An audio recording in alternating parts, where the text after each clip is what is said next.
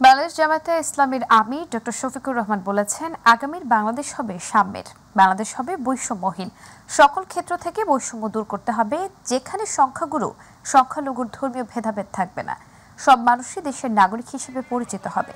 সকালে গাইবান্ধা ইসলামিয়া উচ্চ বিদ্যালয় মাঠে বাংলাদেশ জামায়াতে ইসলামী জেলা শাখার এক বিশাল কর্মী সম্মেলনে এ মন্তব্য করেন তিনি বলেন, অফিস আদালত থেকে ঘুষ দুর্নীতি নির্মূল করতে হবে, চাঁদাবাজি দখলদারি বন্ধ করতে হবে। এজন্য বাংলাদেশ জামায়াতে ইসলামী সর্বাত্মক সহযোগিতা করবে।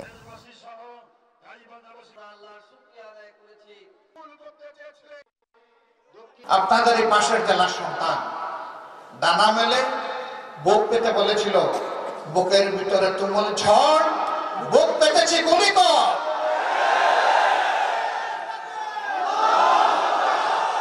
এরা স্লোগান দিয়েছিল, আবু সাইদরা স্লোগান দিয়েছিল, উই ওয়ান্ট জাস্টিস। আমরা একটা বৈষম্যহীন সমাজ চাই, আমরা একটা মানবিক সমাজ চাই, আমরা একটা গর্বের বাংলাদেশ চাই, আমরা একটা অহংকারের বাংলাদেশ চাই।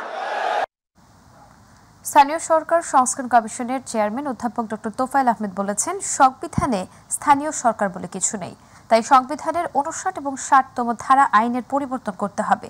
দুপুরে নগরীর সিটি ইন হোটেলের ব্যাংকুয়েট হলে স্থানীয় সরকার সংস্কার বিষয়ক মতবিনিময় সভায় একথা বলেন তিনি। ডক্টর তোফায়েল বলেন, এখন বহু আইন দিয়ে পরিচালিত হয় স্থানীয় সরকার। দেশে বেসিক ডেমোক্রেসির সময় সিঙ্গেল আইনে স্থানীয় সরকার চলত।